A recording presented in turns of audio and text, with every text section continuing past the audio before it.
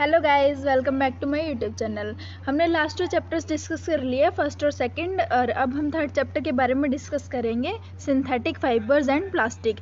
जैसे हमारे चैप्टर का नाम क्या है, synthetic fibres and plastic. Synthetic means क्या होता है, आर्टिफिशियल होता है। तो आर्टिफिशियल फाइबर्स के बारे में हम यहाँ पर डिस्कस करने वाले हैं, एंड प्लास्टिक्स के बारे में कुछ देखेंगे आगे। And now a very thin thread like strand from which cloth is made is called a fiber. Fibre हम किसे बोलते हैं, एक पतले धागे के जैसा स्ट्रैंड होता है, जो क्या है, जिससे हम क्या बनाते हैं, क्लोथ्स बनाते हैं, उसे हम क्या बोलते हैं, फाइबर बोलते हैं। नॉर्मली फैब्रिक का मतलब क्लोथ्स होता है। फैब्रिक कैसे बनता है, by weaving and knitting the long twisted threads, जिनको हम क्या बोलते हैं, यार्न बोलते हैं, मेड फ्रॉम द फाइबर्स। जैसे मतलब क्या होता है, फाइबर्स से क्या बनेंगे, लंबे लंबे थ्रेड्स होंगे जो ट्विस्टेड होंगे आपस में, उनको हम क्या बोलते हैं, यार्न बोलते हैं। और यार्न को वीविंग और नीटिंग करके हम क्या बनाते हैं, फैब्रिक बनाते हैं। मतलब नॉर्मली क्या आएगा, हमारे पास जो फाइबर्स होते हैं, फाइबर्स से क्या बनते हैं, यार्न बनते हैं, और यार्न के बाद क्या बनता है, हमारा फैब्रिक बनता है। मीन्स कि हमारे पास क्या बनता है, क्लॉथ बनता है। ओके, उसके बाद हमारे पास क्या है इसके अंदर, clothes which we wear are made up of fabrics. जो क्लोथ्स हम आजकल डालते हैं वो क्या है, फैब्रिक से ही बने होते हैं। फैब्रिक्स क्या है, फाइबर्स होते हैं, जो कैसे हमें नेचुरली भी मिल सकते हैं और आर्टिफिशियल सोर्सेज से भी मिल सकते हैं। 2 टाइप के फाइबर्स होते हैं हमारे पास जो हमें मिलते हैं।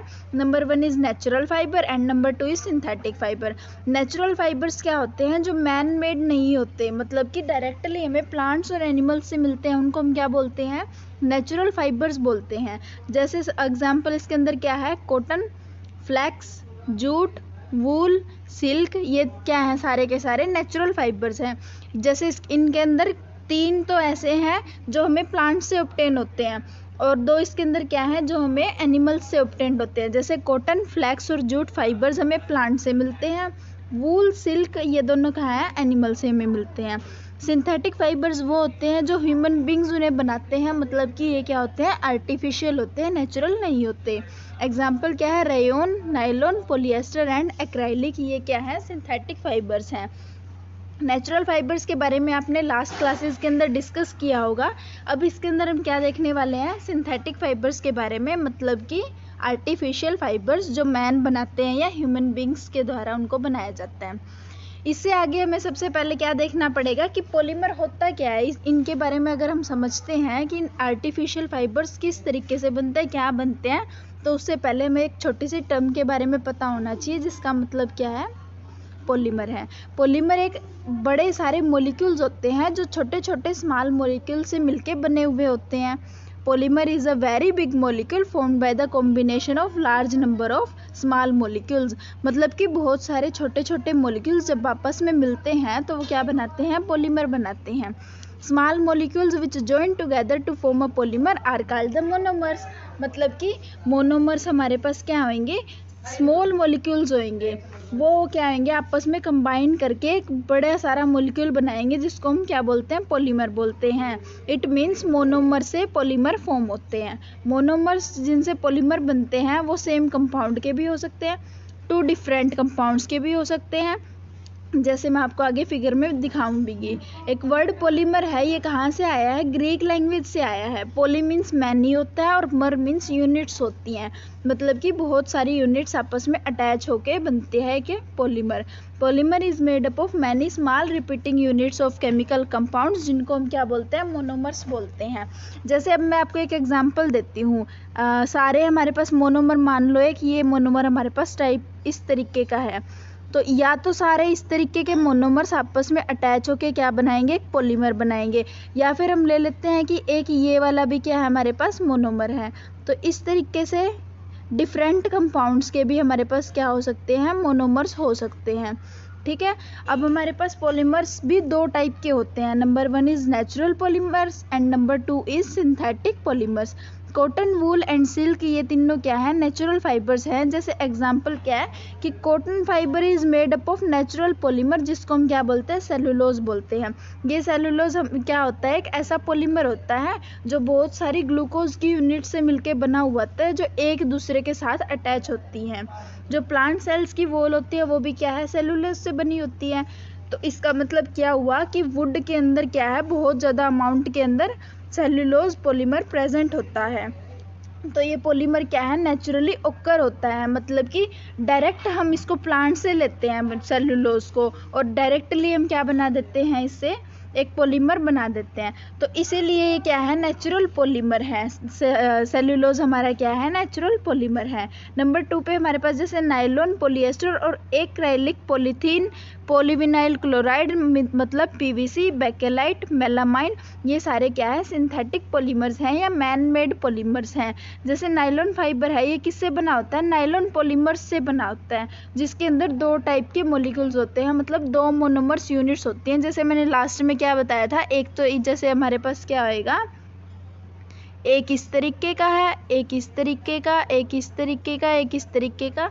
इस तरीके से क्या आएगा, हमारे पास 2 डिफरेंट टाइप के मॉलिक्यूल्स होते हैं इसके अंदर, जो आपस में अल्टरनेटली कंबाइन करते हैं, मतलब पहले वो उसके बाद वो। जैसे इसके अंदर फिगर के अंदर शो भी कर रखा है, एक जो ब्लैक बीड है हमारी, वो एक पॉलीमर को शो करती है, और एक रेड वाली है जो वो क्या शो करती है, दूसरे पॉलीमर को। इट मीन्स ये अल्टरनेटिव अटैच हैं। तो ये क्या है, 2 टाइप्स के पॉलीमर इस तरीके से अटैच है। और जो नंबर 1 है, इसके अंदर हमारे पास क्या है, सिंगल टाइप के अटैच है।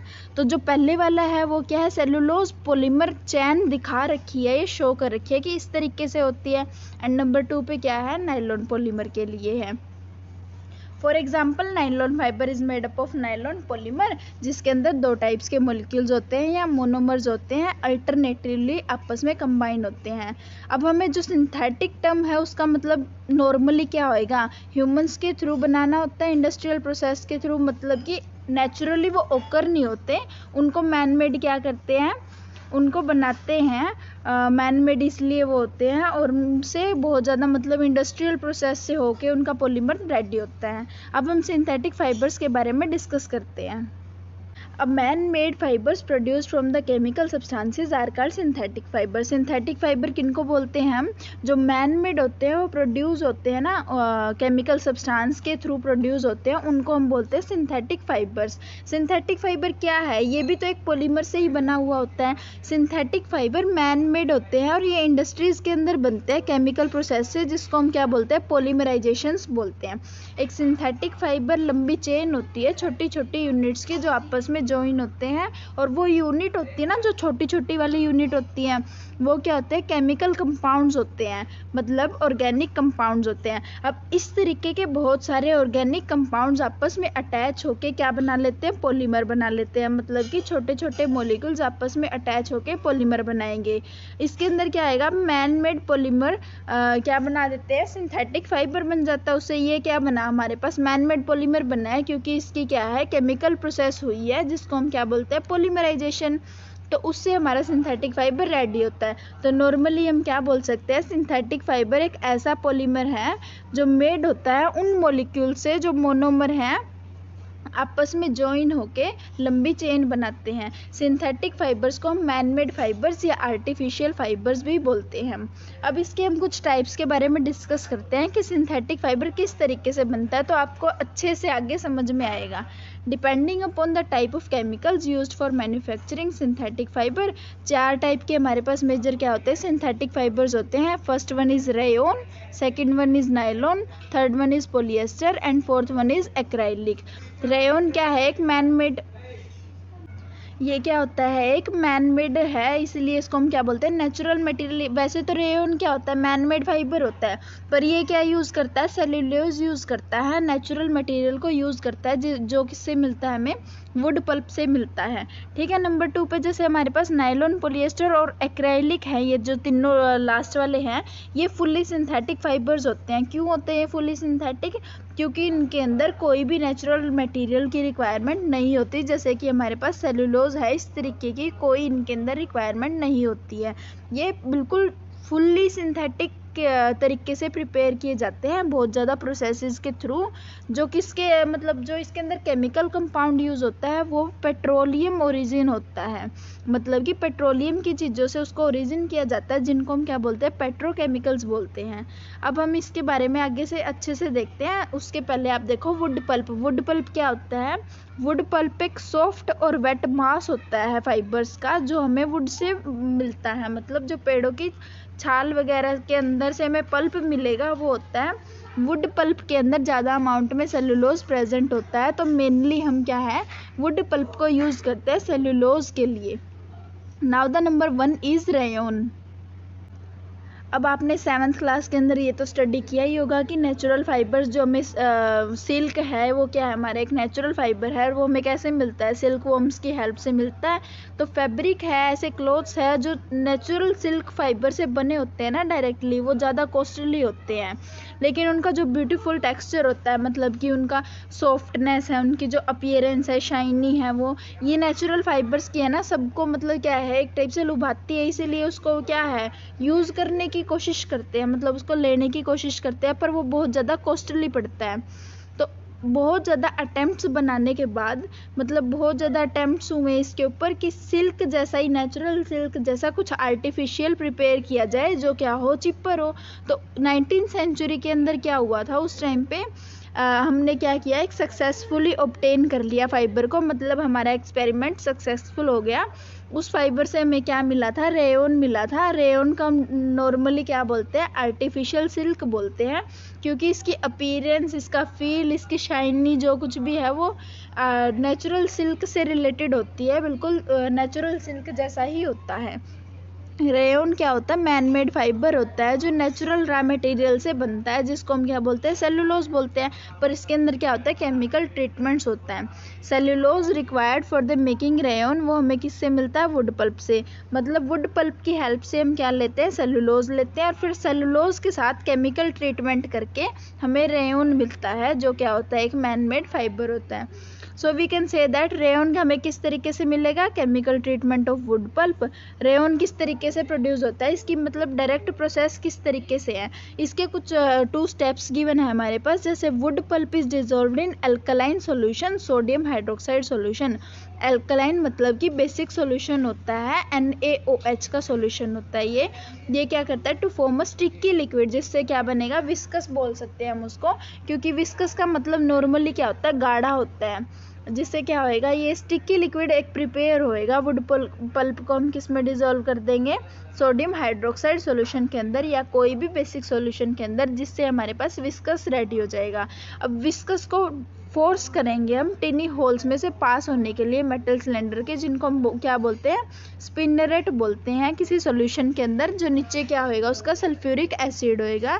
When a silk like thread of rayon is form, मतलब मैं आपको डायरेक्टली बताती हूँ कि शायद इस तरीके का कुछ होएगा, जैसे हमारे पास कोई कंटेनर है और इसके अंदर क्या है, हर जगह मतलब फाइन होल्स हैं, ऊपर नीचे इसके पास क्या है, हमारे पास फाइन होल्स हैं, और यहाँ इसके अंदर हम क्या मटेरियल डालेंगे, जो हमने विस्कस रेडी किया था उसको हम इसके अंदर डाल लेंगे, और फिर इसके ऊपर से हम कुछ भी फोर्स करेंगे ताकि ये क्या है, जो मटेरियल है वो नीचे की साइड आए। और नीचे क्या होता है हमारे पास, यहाँ पे सल्फ्यूरिक एसिड होता है, ठीक है। तो सल्फ्यूरिक एसिड इसके अंदर है, तो ये इस तरीके से थ्रेड की फॉर्म में नीचे निकलेंगे फोर्स करने की वजह से, और कुछ ये क्या है, विस्कस है, तो इसलिए इसको फोर्स करके ही नीचे निकालना पड़ता है। तो यहाँ से वो डायरेक्ट किसके अंदर जाएंगे, सल्फ्यूरिक एसिड के अंदर जाएंगे, और सिल्क जैसा थ्रेड प्रिपेयर होएगा, मतलब कि एक रेयोन बनेगा। अब हमारा रेयोन क्या है, वो नेचुरली बना हुआ है, मतलब नेचुरली बना नहीं हुआ, सॉरी, नेचुरल हम जो पॉलीमर लेते हैं सेलुलोज, उसकी हेल्प से केमिकल ट्रीटमेंट से बनाते हैं। तो अब क्या हुआ, इसके अंदर नेचुरल पॉलीमर हमने यूज़ किया, केमिकल ट्रीटमेंट से किया, तो इसका मतलब ना तो वो ट्रूली क्या है, हमारे पास नेचुरल है, मतलब ना ही कम्प्लीटली वो नेचुरल फाइबर बना, ना ही वो कम्प्लीटली सिंथेटिक बना। तो ये दोनों के बीच में आता है, जिसको हम क्या बोलते हैं, सेमी सिंथेटिक फाइबर बोलते हैं। अब रेयोन कम्प्लीटली सिंथेटिक फाइबर नहीं है, क्यों नहीं है, क्योंकि हमने नेचुरल मटेरियल वुड पल्प से लिया है, जिसको हम क्या बोल रहे हैं, सेलुलोज बोल रहे हैं।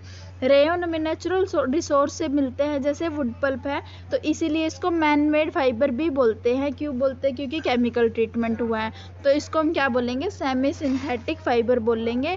और ये बिल्कुल केमिकली आइडेंटिकल होता है कॉटन के, बस इसके अंदर क्या आती है, एक सिल्क की तरीके से शाइन आती है।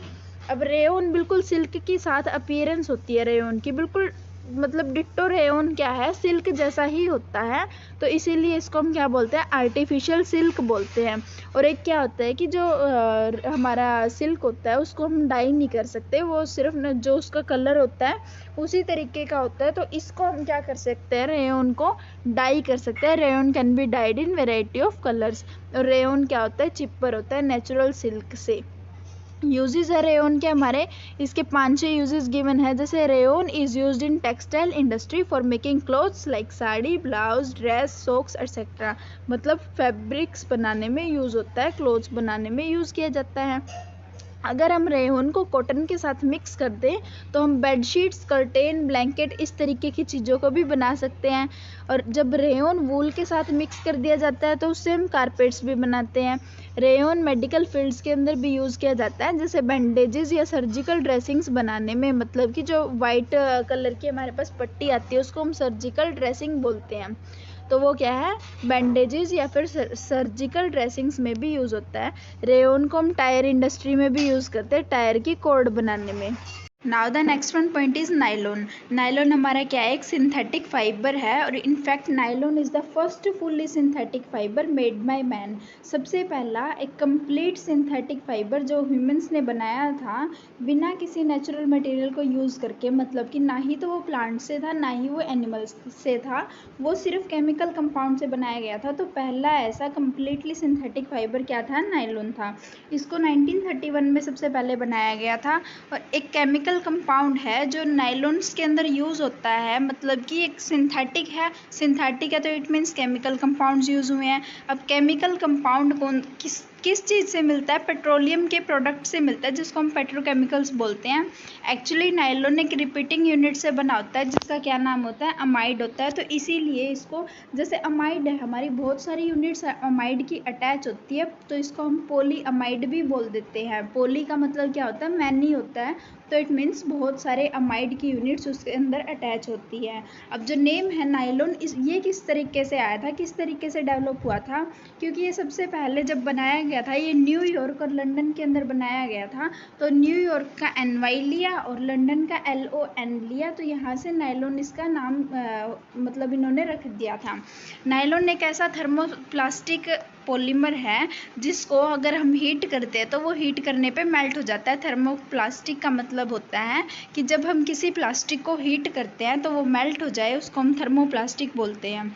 मोल्टन नायलॉन को फिर बाद में क्या किया जाता है, टीनी होल्स के अंदर से निकाला जाता है। स्पिन रेस्ट जिनको हम बोलते हैं, जैसे मैंने लास्ट टाइम आपको बताया था एक डायग्राम भी बना के पीछे वाले में, तो इस तरीके से टीनी होल्स के अंदर स्पिन रेस्ट होते हैं, उनके अंदर से निकालते हैं, तो वहाँ से क्या होंगे, हमारे नायलॉन थ्रेड्स या नायलॉन फाइबर्स निकलेंगे।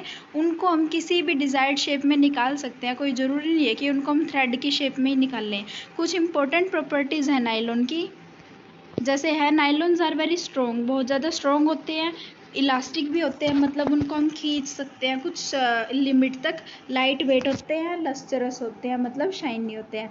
नायलॉन फाइबर बहुत कम पानी को अब्जॉर्ब करते हैं, इसलिए जो नायलॉन्स के कपड़े बने होते हैं, जो क्लॉथ्स नायलॉन के बने होते हैं, वो बहुत ईजिली वॉश हो जाते हैं और बहुत ईजिली उनको हम सुखा भी सकते हैं। नायलॉन रिंकल रेजिस्टेंट होते हैं, मतलब उनके अंदर कोई झुर्रियाँ नहीं पड़ती। जैसे हमारा कॉटन का कपड़ा होता है उसके अंदर बहुत ज़्यादा ऐसे सिकुड़न आ जाती है, तो इस तरीके से नायलॉन के अंदर कोई भी रिंकल नहीं होती। नायलॉन फाइबर्स के अंदर हाई एब्रेशन रेजिस्टेंस होता है, मतलब जितना ज़्यादा उसको आप डालोगे उतना ज़्यादा वो टीयर रेजिस्टेंस होता है, high wear and tear resistant, so they are very durable, तो इसी वजह से वो लॉन्ग लास्टिंग होते हैं। Nylon not attacked by moths and ordinary chemicals, तो ईजिली उसके ऊपर कोई मोथ वगैरह का, कोई इंसेक्ट वगैरह का अटैक भी नहीं हो सकता, केमिकल्स वगैरह भी उसको ईजिली अटैक नहीं कर सकते, ऑर्डिनरी जो सिंपल केमिकल्स होते हैं वो।